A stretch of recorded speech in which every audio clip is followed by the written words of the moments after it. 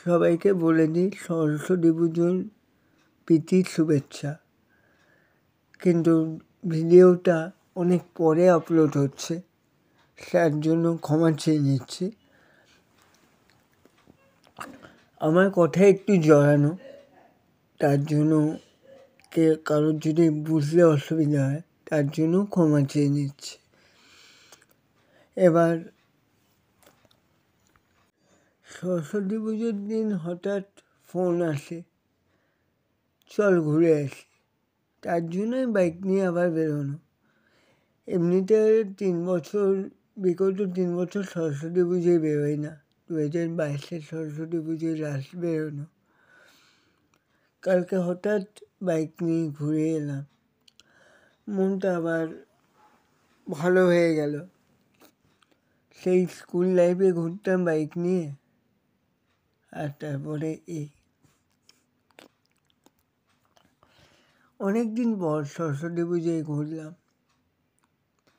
আর আমার কথা একটু জড়ানো, সবাই একটু ক্ষমা করে নেবেন। কেন জড়িয়েছে আমি পরে কোনো দিন ব্লগে এটা বলবো। কালকে আশেপাশেই ঘুরে বেড়াচ্ছিলাম, হঠাৎ করে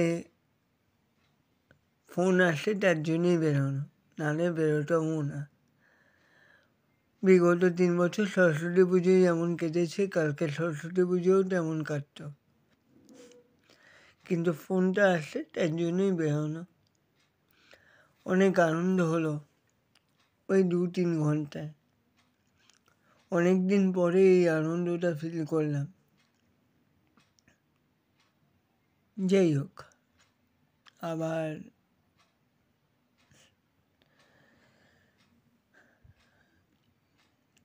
হ্যাপি লাইফ, হ্যাপি সব কিছুই ভালো মতন কাটলো কালকে।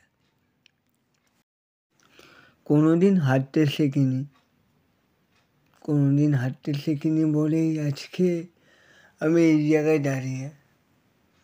যদি হেরে যেতে শিখতাম হয়তো আমি অনেক আগেই ফিনিশ হয়ে যেতাম। মনের জোর এবং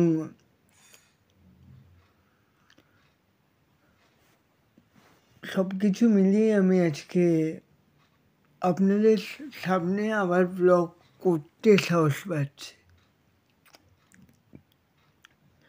আমি ভেবেছিলাম কোনোদিন ভয়েসটাই কোনোদিন আনবো না আপনাদের সামনে,